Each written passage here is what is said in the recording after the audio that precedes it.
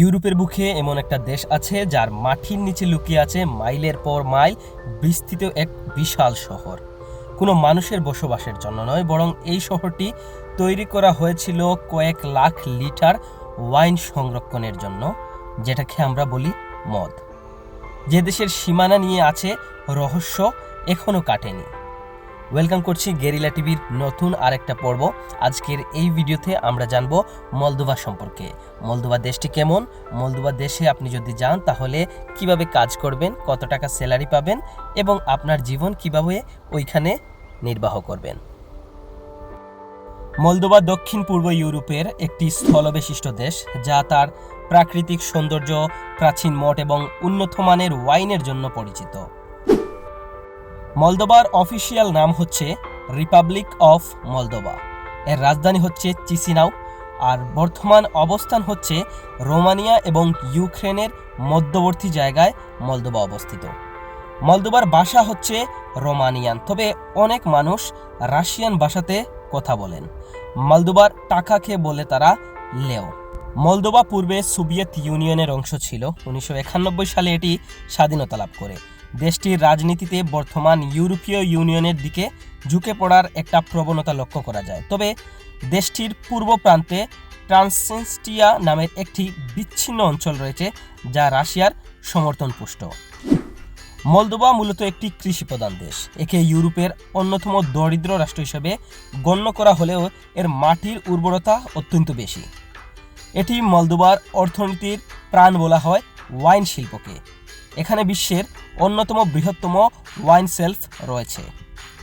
সূর্যমুখী তেল, গম, ভুট্টা এবং ফলমূল, অন্যান্য আরও অনেক পণ্য রয়েছে যেটা তারা রপ্তানি করে। পৃথিবীর বৃহত্তম ওয়াইন সেলফ সেটা হচ্ছে মলদোভাতে। আপনি যদি সেইখানে যান তাহলে দেখতে পাবেন এটি মাটির নিচে প্রায় 200 কিলোমিটার এলাকা জুড়ে বিস্তৃত।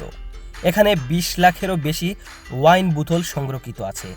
মজার ব্যাপার হলো এই সেলফের ভেতরে যাতায়াতের জন্য আস্ত রাস্তা এবং সেখানে ট্রাফিক সাইনও ব্যবহার করা হয়। ট্রান্সনিস্ট্রিয়া সময়ের আবর্তে আটকে পড়া এক দেশ। মলদোভার ভিতরে ট্রান্সনিস্ট্রিয়া নামে একটা অঞ্চল রয়েছে যা নিজেদের স্বাধীন দেশ মনে করে। তাদের নিজস্ব মুদ্রা, পতাকা এবং সেনাবাহিনী আছে, কিন্তু জাতিসংঘ বা অন্য কোনো দেশ একে স্বীকৃতি দেয়নি।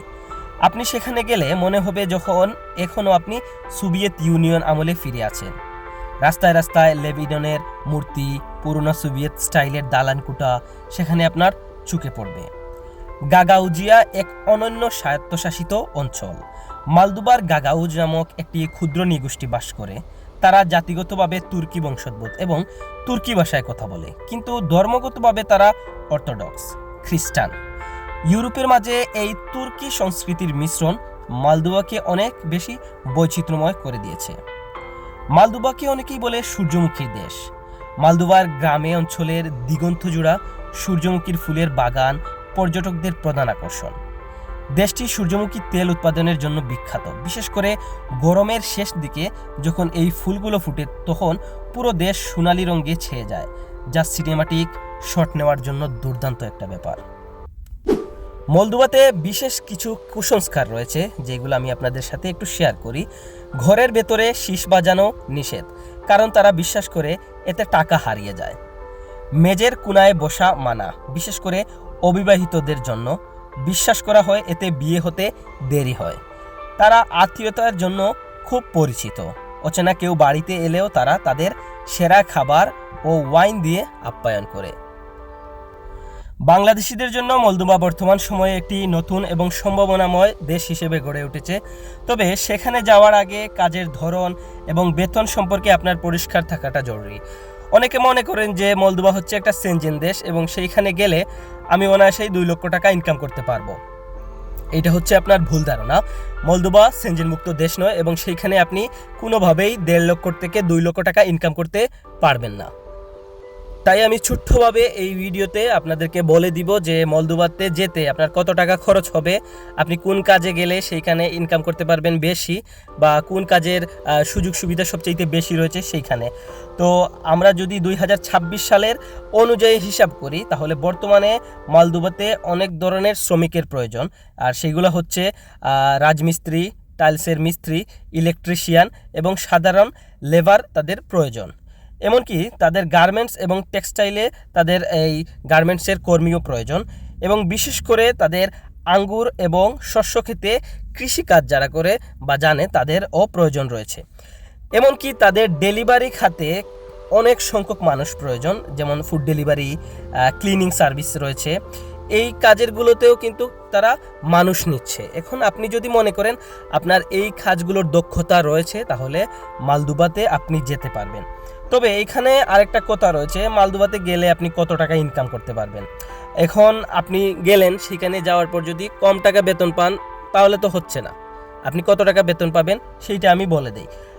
গড় হিসাবে সেইখানে মলদোভার টাকাকে তারা লেও বলে।